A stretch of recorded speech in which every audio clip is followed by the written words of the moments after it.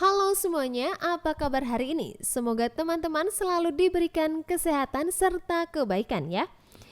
Ketemu lagi sama kita di video ini untuk membahas seputar 3D model dan hal-hal menarik lainnya. Setelah kita kemarin membahas tentang sejarah dari Polaroid, dan Polaroid berhasil mempekerjakan 13.402 pekerja dengan penjualan mencapai 1,3 miliar dolar dan memiliki lebih dari 1.000 hak paten. Wow, bener-bener ya, gila, keren banget. Itu kenapa teman-teman jangan berkecil hati untuk yang belum bisa sukses saat ini. Ayo kita bareng-bareng, usaha bareng, siapa tahu malah dari teman-teman banyak yang bisa membuat lapangan pekerjaan kan? Seperti Polaroid yang bisa mempekerjakan 13.402 pekerja dengan penjualan mencapai 1,3 miliar dolar.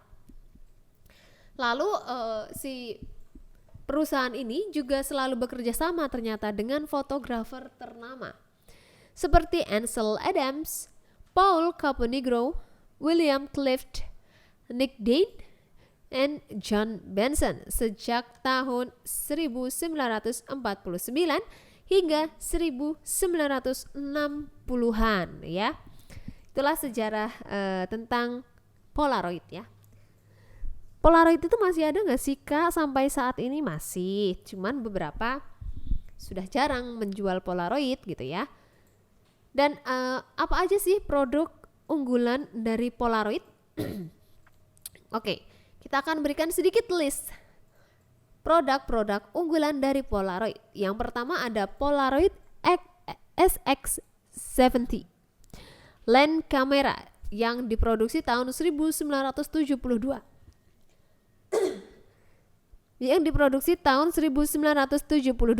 Kamera otomatis pertama yang digerakkan dengan motor dan dapat dilipat, SLR yaitu single lens reflex, dan dapat menghasilkan gambar berwarna secara langsung. Yang kedua ada Polaroid Sun 600 kamera, diproduksi tahun 1983 dengan 116 mm single element lensa plastik, fixed focus dengan minimal length 4 kaki, pemetik potret elektronik, dan memiliki lampu flash elektronik yang disatukan dengan kamera. Karena kalau dulu kan kamera sendiri, lampu flash sendiri. Kadang-kadang kalau kita nonton film zaman dulu banget kan, kayak gitu kan, kameranya sendiri, lampu flashnya sendiri. Nah, di Polaroid Sun 600 kamera itu lampu flash dan kamera sudah dijadikan satu. Itu kenapa menjadi lebih simple gitu ya teman-teman. Next, yang ketiga ada Polaroid Z340 Instant Digital Camera. Diproduksi tahun 2011, kamera digital yang dilengkapi dengan printer terintegrasi sehingga dapat menghasilkan gambar dengan ZINK atau zero ink atau printing teknologi gitu ya. Ternyata belum lama kan, dari 2011, itu berapa tahun? Berarti 9 tahun yang lalu ya. Masih diproduksi gitu ya Polaroid. Tapi apakah Polaroid terus-terusan di atas sampai saat ini? Tentu saja tidak. Polaroid mempunyai masa-masa kebangkrutan ternyata. Sejarah kamera digital ditemukan dan banyak digunakan kamera langsung jadi instan kamera.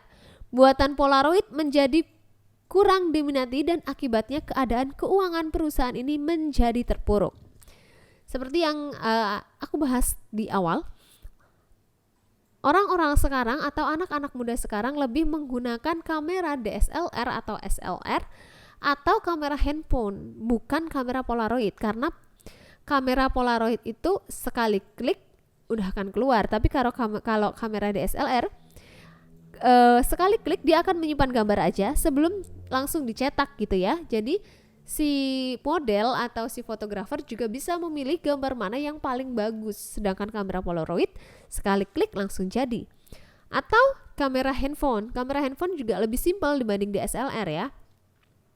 Apalagi kamera handphone sekarang sudah banyak yang hasilnya itu menyaingi kamera DSLR. Jadi kebanyakan anak-anak sekarang ya udahlah mendingan beli handphone yang bagus aja sekalian, yang bisa buat foto juga ketimbang kamera DSLR. Tapi kalau bagi aku sendiri hasilnya tetap berbeda gitu ya, antara kamera handphone dengan kamera yang DSLR gitu ya. Dan kerugian Polaroid Corporation dimulai pada tahun 1988 ketika mereka kembali membeli saham, menciptakan program kepemilikan saham oleh karyawan, dan berhutang untuk menghindari pengambil alihan perusahaan oleh Shamrock Holdings, grup investor yang dipimpin oleh keponakan Walt Disney, Roy E. Disney. Selain itu, pada tahun 1990-an, Polaroid juga salah dalam mengambil kebijakan strategis dengan tidak mengikuti perkembangan bisnis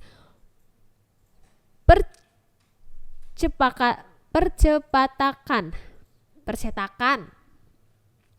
Siapa sih yang nulis skrip? Salah kan? Nggak, bercanda.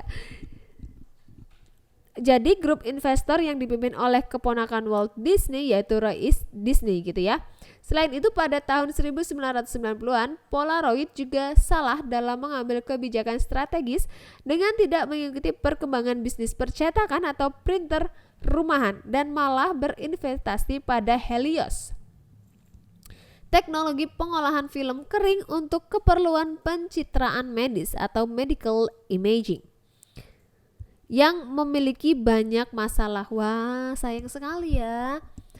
Ternyata karena salah ambil langkah, si Polaroid bisa jadi rugi besar sampai saat ini gitu loh. Harusnya mungkin bisa untung ya, tapi karena dia salah mengambil langkah, malah memilih berinvestasi pada Helios, yaitu teknologi pengolahan film kering untuk keperluan pencitraan medis, dia jadi makin bangkrut.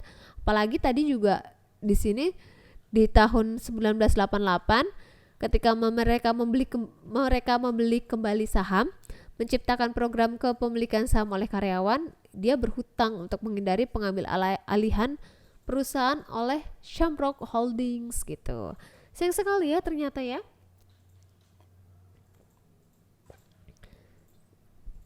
Mungkin Polaroid masih bisa bangkit ya. Semoga Polaroid masih bisa bangkit lagi. Kita akan lihat kebangkitannya Polaroid seperti apa, dan beberapa kamera Polaroid yang bagus yang saat ini sudah ada. Karena kemarin saya sempat melihat beberapa kamera Polaroid yang cantik-cantik dan imut-imut. Kita akan bahas selanjutnya apakah Polaroid bisa berjaya kembali atau terpuruk sampai saat ini. Jangan lupa untuk like, komen, dan subscribe